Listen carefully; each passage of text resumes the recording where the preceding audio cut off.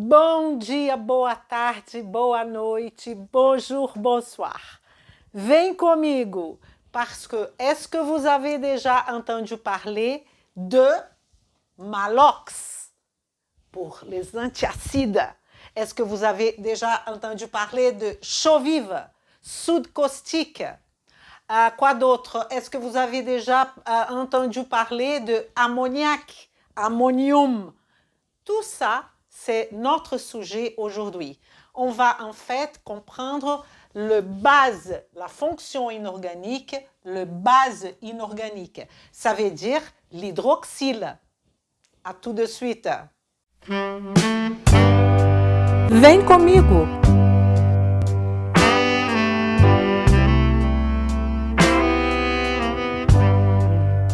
Alors, on a déjà étudié en termes de fonctions inorganiques les acides. On est bien d'accord.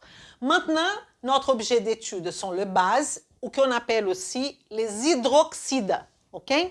Après, on va voir les sels, l'oxyde. Donc, ce qu'on nous intéresse sont les bases. On va voir la définition, l'équation de dissociation, la classification selon plusieurs critères, la nomenclature de base. Et donc, voilà. Et l'importance clinique de tout ça. On est bien d'accord. On peut partir déjà par le hydroxyde d'aluminium avec l'hydroxyde de magnésium que vous connaissez, qui sont toujours présentes dans des composés comme le Malox, composés antiacides pour l'estomac. OK? Donc, en termes de définition, qu'est-ce qu'on pourrait dire? On sait qu'Arrhenius nous avait donné comme définition de base qui sont des espèces qui, dans la présence de l'eau, vont se dissocier. Ils vont avoir une hydroxyle, un anion, un seul anion, qui c'est obligatoirement OH-. Donc, pour Arrhenius, pour faire une base, pour caractériser cette espèce comme base, il va falloir qu'elle va subir dans l'eau une dissociation et elle aura la formation d'un seul anion qui c'est cet hydroxyle OH-. Est-ce que vous vous rappelez de la définition d'Arrhenius de acide? Donc, on revient à ça. Arrhenius, pour lui, c'était une espèce acide qui, dans la présence d'eau, allait subir une ionisation, rappelez bien, avec la libération de H+. Donc, est-ce que vous comprenez que les bases vont subir une dissociation? Elles vont se dissocier en ion, en cation et un anion qui obligatoirement sera un OH-. En tant que les acides vont faire une ionisation et ils vont libérer H+.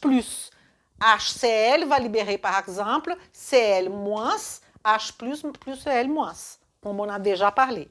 Mais ce qui est important de voir, c'est ce mot dissocier. Et pour dissocier et pour avoir ce OH-, un anion, je suis obligée d'avoir ici une espèce qui soit une espèce ionique. Qu'est-ce que c'est une espèce ionique? Qui est formée d'un amétal plus un métal. Quand on parle de métal, amétal, on a déjà parlé, c'est le OH. OH, c'est un amétal, on est d'accord. Mais le métal, qui sont les métaux que vous connaissez dans notre tableau périodique? Colonne 1A, 2A, 11, 12. OK? Où on aura lithium, sodium, potassium, rubidium, césium, francium, colonne 2A, beryllium, magnésium, calcium, strontium, baryum et radium. Tout ça, plus tous ces métaux-là, n'oubliez pas non plus l'aluminium là de la colonne 3A, tous ces métaux, parce que les métaux sont comme ça. Regardez votre tableau de Mendeleïev. Et si je fais que une suspicion de tableau pour que vous puissiez comprendre. Okay? J'ai mis ici le fluor pour vous montrer que là sont les non-métaux, d'accord? Donc, les métaux sont tout ça, les anthanides, les lactinides, tout ça. Et donc, sont tous ces éléments-là qui obligatoirement sont des donneurs d'électrons. Le sodium, colonne 1A, il a un électron de valence, donc il veut quoi? Il va donner cet électron pour devenir comme le gaz noble, ok? Donc tout ça ont des NOx fixes, 1A et 2A, 1A et 2A, ils ont des NOx fixes, donc ce sont des donneurs d'électrons. Il y a aussi un ion, il y a aussi un ion, un cation, qui c'est le ammonium, qu'on va discuter largement tout à l'heure. Mais quelle est l'importance de partir de parler de cet ammonium maintenant? C'est que je vais vous montrer que cet ammonium, il est extrêmement important pour bien comprendre les cycles d'Urée ce cycle d'Urée va venir du métabolisme des acides aminés et que ce cycle des acides aminés, il faut connaître le métabolisme des protéines. Mais je suis en train de faire la liaison. Donc, on va faire ici une liaison d'ammonium avec les cycles d'Urée. Notre objectif, ce n'est pas d'expliquer les cycles de l'Urée, mais je vais quand même expliquer une partie de ce cycle pour montrer l'importance clinique de l'ammonium et l'importance de connaître fonction inorganique, base inorganique. OK? Alors, j'ai ici quelques exemples de bases qu'on va voir comment ça marche. Donc, regardez, j'ai dans la colonne la potassium 1A, OH. Donc, ça, c'est une hydrox de potassium. Pourquoi je peux affirmer que ça, c'est une base d'Arrhenius et même une base de Lewis? Parce que n'oublie pas que la définition de la théorie de Lewis, c'est la capacité de base de donner un électron. C'est le cas. OK? Donc, Lewis a une théorie électronique en tant que, ici, Arrhenius a la théorie de la libération d'un ion, OK? Dans la présence d'eau. C'est un peu différent. Vous vous rappelez de ça. Mais bon, ici, j'ai ma liste de métaux, ma liste de bases qui ce sont des métaux avec mes hydroxyles. OK? Donc, j'ai hydrox de potassium, hydrox de sodium, hydrox de magnésium, hydrox d'aluminium. On ne va pas parler de la nomenclature maintenant. Je suis en train de vous montrer que dans la présence de l'eau, tout ça va se dissocier. Ici, j'ai un potassium, j'aurai ici un potassium plus une hydroxyle, tout simplement. Un sodium, qui va devenir un cation, plus l'anion hydroxyle. Le magnésium, comme il est dans la colonne 2A, va libérer plus 2, on est d'accord? Okay? Il va donner 2 électrons, colonne 2A, plus alors, comme on a 2 hydroxyles. L'aluminium, colonne 3A, donc aluminium plus 3, plus, vous voyez bien qu'il y a 3 hydroxyles, plus 3 hydroxyles. Pour l'instant, je veux que vous compreniez que ça. Pourquoi? Parce que je veux vous montrer que ça, c'est une dissociation ionique, OK? Qui va avoir comme alors formule de métaux, ça sera de base, c'est un métal associé à une hydroxyle, métal associé à une hydroxyle, ou on peut faire aussi une compréhension que vous voyez ça là, on peut dire aussi que ce métal, il est construit de la façon suivante. L'OH, il est toujours moins 1. J'ai mis moins 1. Les métaux, il sera par exemple plus 1, comme c'est le cas du potassium, ou plus 2, comme c'est le cas du magnésium. Donc, je vais prendre comme exemple le magnésium plus 2. Donc, je vais substituer ces mots M pour le métal magnésium. Regardez, je mets magnésium et je vais mettre en rouge pour que vous compreniez bien, OH. Je sais par avance que ce OH, c'est moins 1. Et je sais par avance aussi que le magnésium, comme il est dans la colonne 2A, OK, il est plus 2 quand il va dissocier, OK?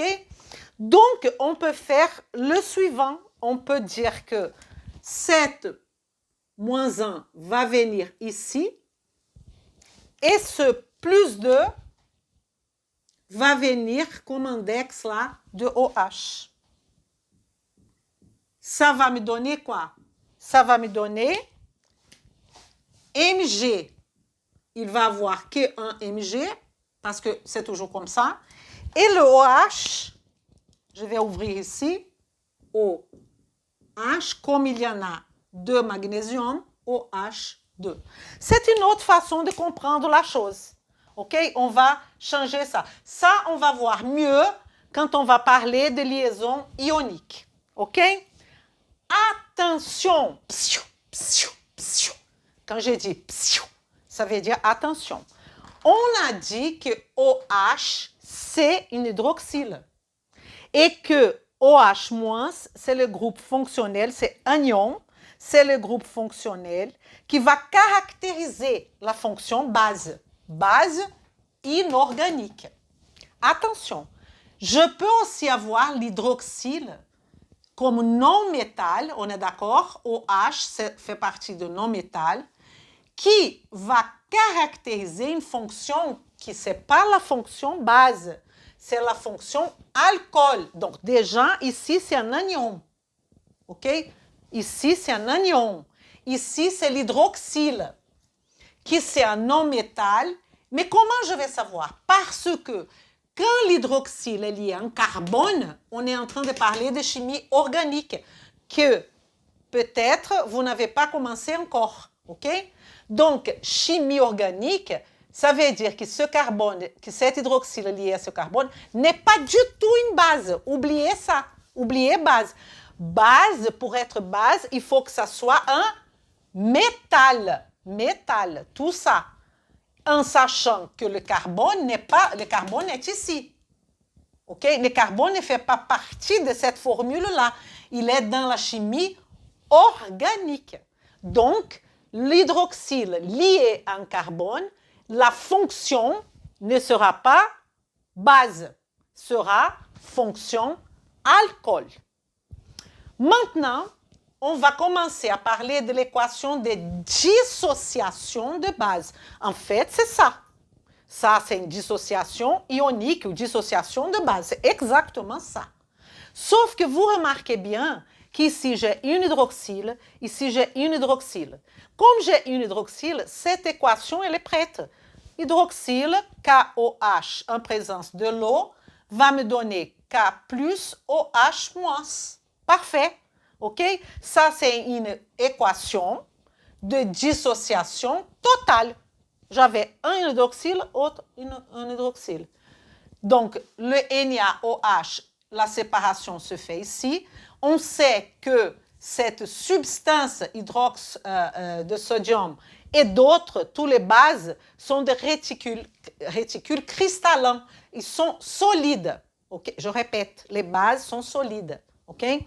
Sont des réticules cristallins qui, en présence de l'eau, vont se dissocier, comme c'est le cas ici, en Na plus aqueux plus l'hydroxyle aqueuse. OK? Ça, c'est une équation de dissociation totale. Pourquoi? Parce que j'avais une hydroxyle là et j'ai une hydroxyle là. Mais si on regarde le magnésium, vous allez remarquer que j'ai 2 hydroxyles. Donc, il va falloir passer, ou si vous voulez, pas le magnésium, ça peut être aussi le calcium, qu'on va utiliser ça comme exemple, le calcium qui est là. OK? Donc, c'est calcium OH, donc hydrox de calcium, qui va me donner calcium plus 2 plus 2OH. Exactement comme ça. Mais vous remarquez que ce sont 2 hydroxyles.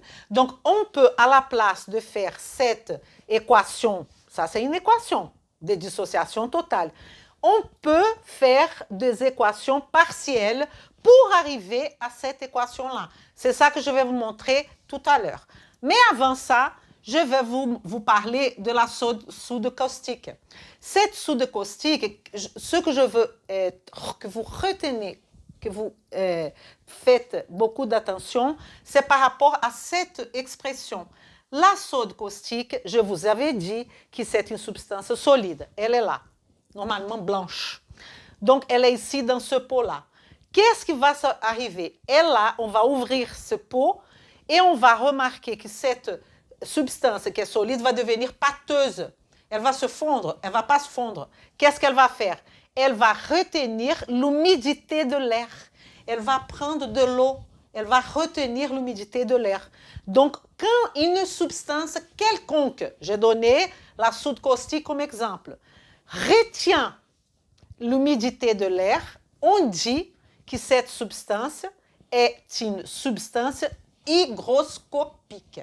C'est ça, c'est ça l'importance de la chose pour nous, ok? Pour nous qui sommes des étudiants et des professionnels de santé, ok? Donc, ce que je veux que vous retenez, c'est que les substances hygroscopiques sont des substances qui vont retenir l'eau de l'atmosphère, ok? Comme c'est le cas. Et la substance qui était solide va devenir pâteuse, ok? Vous pouvez faire l'expérience si vous voulez. Passons maintenant à cette explication de l'équation de dissociation partielle. À tout de suite. On voit maintenant, comme je vous ai dit, l'équation de dissociation ionique. Donc ici, c'est une équation d'hydroxyde de calcium dans la présence de l'eau. On va voir le calcium, on va former quoi? Des ions, un cation. Et ici, comme on avait deux hydroxyles, on est obligé d'avoir deux anions hydroxyles, ok? Donc, on va faire maintenant, je vais ouvrir cette molécule de CaOH2 pour que vous puissiez regarder. 2 secondes, je prends mon stylo. Ok. Donc, regardez bien. J'ai ici le 2-hydroxyle avec le calcium. Donc, j'ai dessiné ici le calcium. Le calcium, il est là dans la colonne 2A. Donc, il a une valence de 2. Donc, j'ai mis les 2 électrons du mon calcium. L'oxygène qui est là, il a colonne 6A. Donc, il a 6 électrons. Donc, 1, 2, 3, 4, 5, 6. Qu'est-ce qu'il veut? Il veut devenir un gaz noble. Donc, on va l'associer à un hydrogène. OK? Un hydrogène. Donc, ici, il va compartiller son électron avec l'hydrogène. On est d'accord? Ça va faire que l'oxygène va avoir une charge, pour l'instant, de 7. 1, 2, 3, 4, 5, 6, 7. Mais il veut 8. Donc, c'est le calcium qui va donner, là c'est un donneur, il va donner le calcium, cet électron, à l'oxygène. Donc, vous êtes d'accord que l'OH va devenir moins 1 et le calcium va devenir plus 1. Mais le problème, c'est qu'on a 2 OH. Donc, on va faire la même chose de l'autre côté. Donc, de l'autre côté, on va voir l'oxygène, 1, 2, 3, 4, 5, 6, qui va effectivement s'unir à notre hydrogène. Il va partager les électrons avec l'hydrogène. Et maintenant, mon oxygène a 7 électrons, mais il veut 8. Donc, qu'est-ce qui va se passer? Le calcium va donner, cet électron à cet oxygène-là. Donc, le calcium va devenir plus 1 et l'oxygène hydroxyle OH va devenir moins 1. Donc, qu'est-ce qu'on va faire? On va d'un premier coup, on va casser cette OH. Et on va, parce que là, qu'est-ce que je veux? Je veux dans l'eau libérer les hydroxyles. Je vais libérer ma première hydroxyle. Je vais la libérer là. Si je vais la libérer là, regardez bien.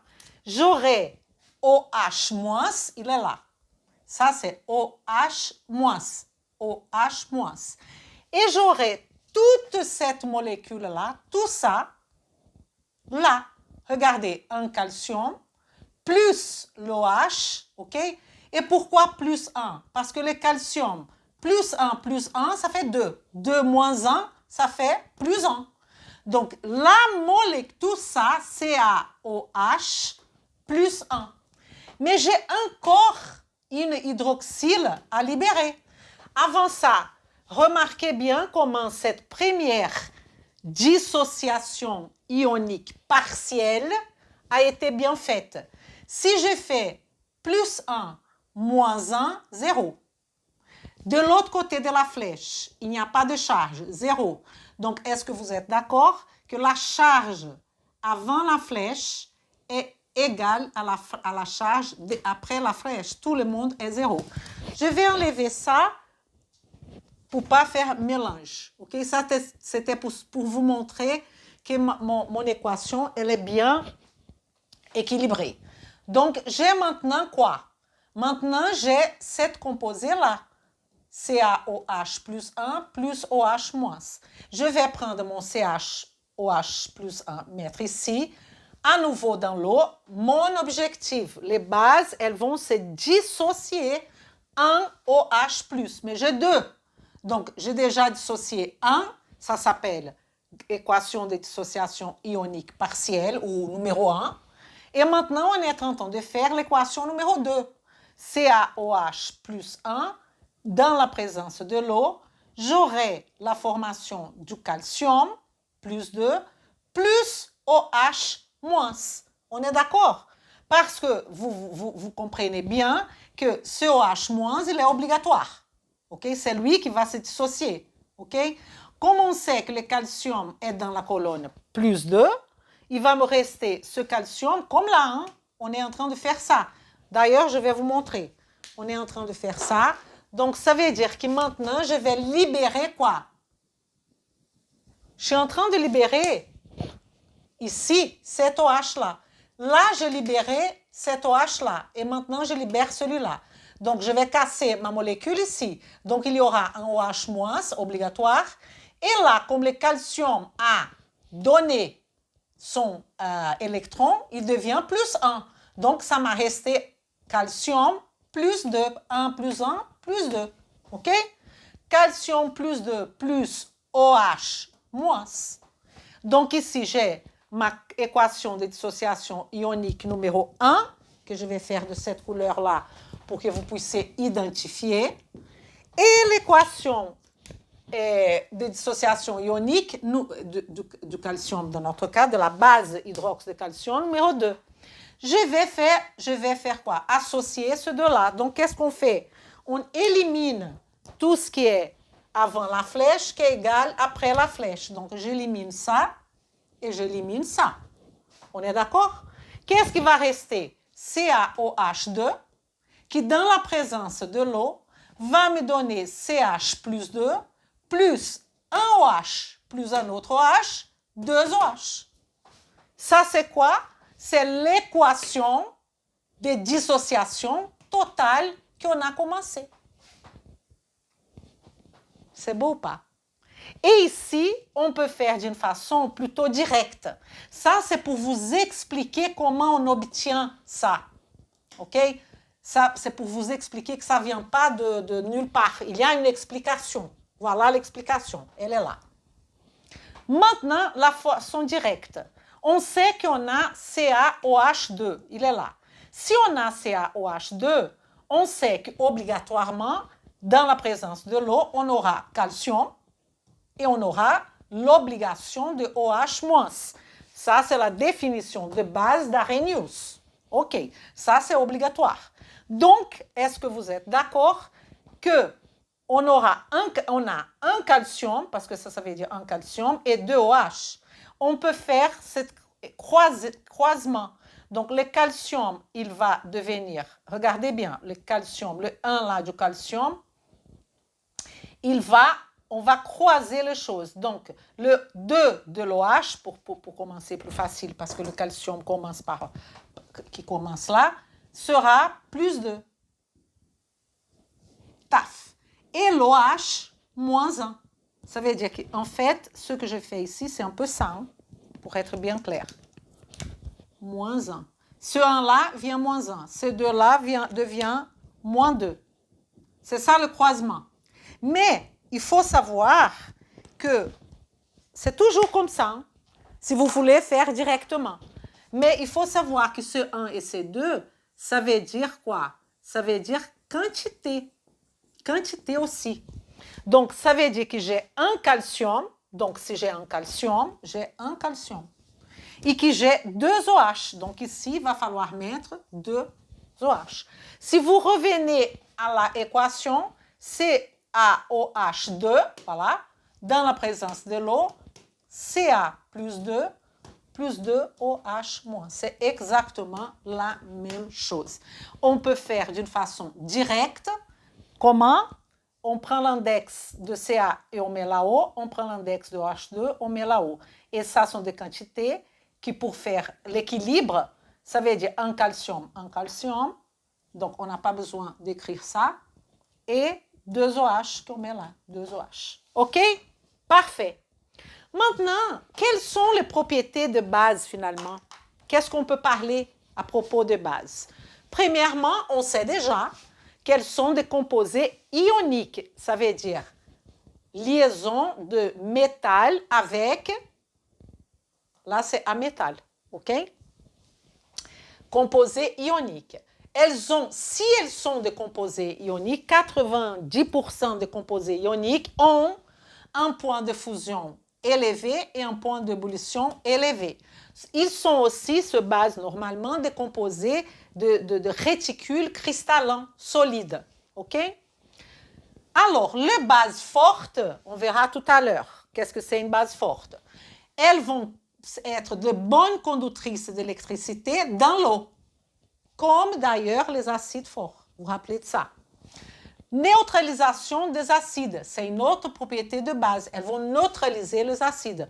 On a déjà vu ça quand on a parlé des acides de Bronsted. OK? Saveur caustique, astringent. Un saveur caustique, astringent, c'est quand on mange, par exemple, un kaki qui n'est pas mûr ou une banane verte. Ça coince. Ça, c'est astringent. Saveur caustique, astringent. Okay? Comment on peut classifier nos bases?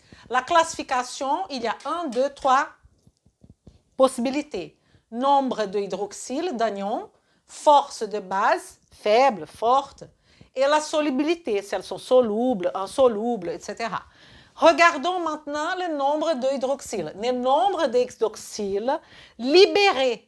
Vous vous rappelez que les acides, c'était aussi le nombre de protons libérés, mais on avait des exceptions par rapport à l'acide phosphorique. Vous vous rappelez de ça? Ici, il n'y a pas d'exception. Okay? Les bases sont moins compliquées de ce point de vue. Donc, on va voir de monobase, dibase, tribase et tétrabase. Une monobase, c'est une base qui va libérer une hydroxyle. Exemple, NaOH. Ça, c'est l'hydroxyde d'ammonium qu'on va parler tout à l'heure. OK? Enfin, ça veut dire que NaOH va pouvoir libérer seulement une hydroxyle. Donc, c'est une monobase. Dibase, on vient de voir ici l'hydroxyde de calcium, l'hydroxyde de magnésium, tous ceux qui peuvent libérer, comme je viens de vous montrer, 2 hydroxyles. Calcium OH2, magnésium OH2, tout le monde qui est là dans la colonne 2A. Ça veut dire beryllium, béryl, magnèse, calcium, strontium, baryum, radium. OK. Tribase, celle qui peut libérer dans la présence de l'eau, 3 hydroxyles, comme l'aluminium, comme le fer. OK? Tétrabase, 4 hydrogènes, comme le plomb, hydroxyde de plomb, et l'hydroxyde d'antimoine. Voilà. Donc, ça, c'est pas compliqué. Qu'est-ce qu'on peut parler à propos de la force? Vem comigo!